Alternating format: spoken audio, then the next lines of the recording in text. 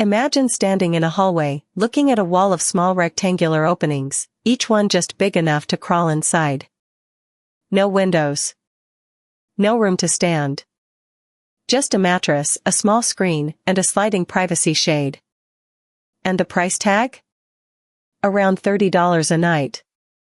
Would you sleep there? Millions of people now say yes. And the story of how a tiny pod in Osaka became a global sleep experiment is one of the most quietly fascinating design stories of the last 50 years. Let's go back to 1979. Osaka, Japan. Architect Kisho Kurokawa opens what is widely considered the world's first capsule hotel, the Capsule in Osaka. The problem he was solving was very specific and very Japanese at that moment in time. Japan's post-war economic boom had created a culture of long working hours, late-night business drinking, and trains that stopped running after midnight.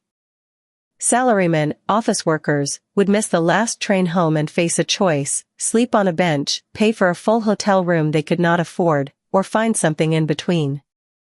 Kurokawa's answer was a pod. Each capsule measured roughly 2 meters long, 1 meter wide, and 1 meter tall. Just enough space to lie flat, watch a small television, and sleep. Nothing more. It was not designed to be comfortable in a luxurious sense. It was designed to be functional, private, and cheap. And it worked. By the 1980s, capsule hotels had spread across Japan's major cities. Osaka, Tokyo, Nagoya. They were almost exclusively male spaces at first, because the original clientele was the salaryman who had stayed too late at a client dinner. Women's-only floors and entire women's-only capsule hotels came later, gradually, as the format evolved. Now here is where the details get interesting, because the pod itself is the whole story. A standard Japanese capsule is about the size of a generous coffin.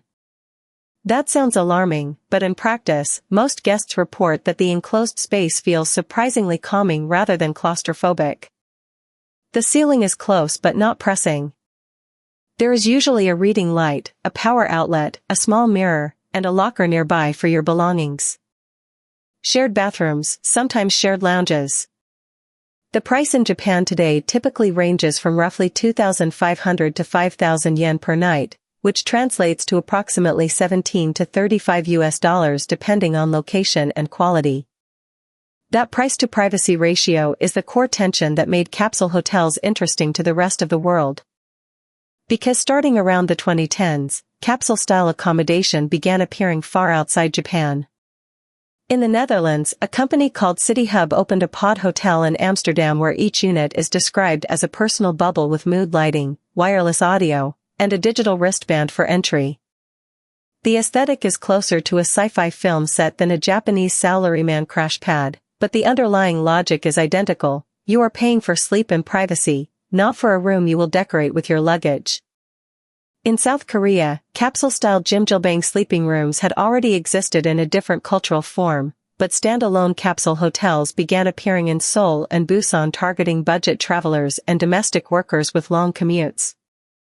In the United States, airports became an unlikely testing ground.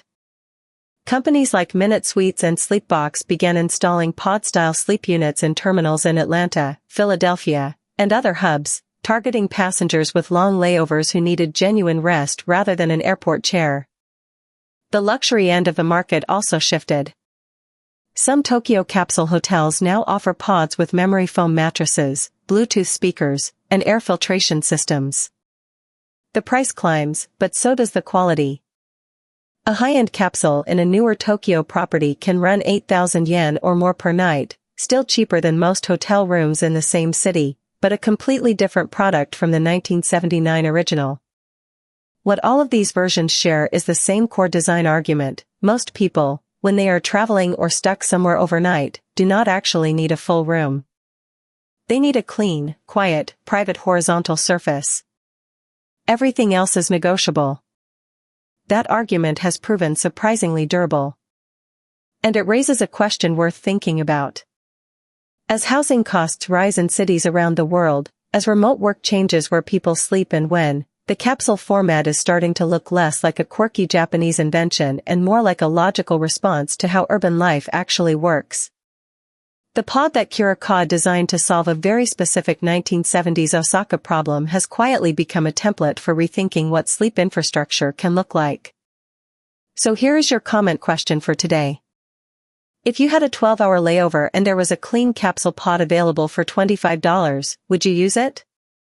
Or does the enclosed space put you off completely? Drop your answer below.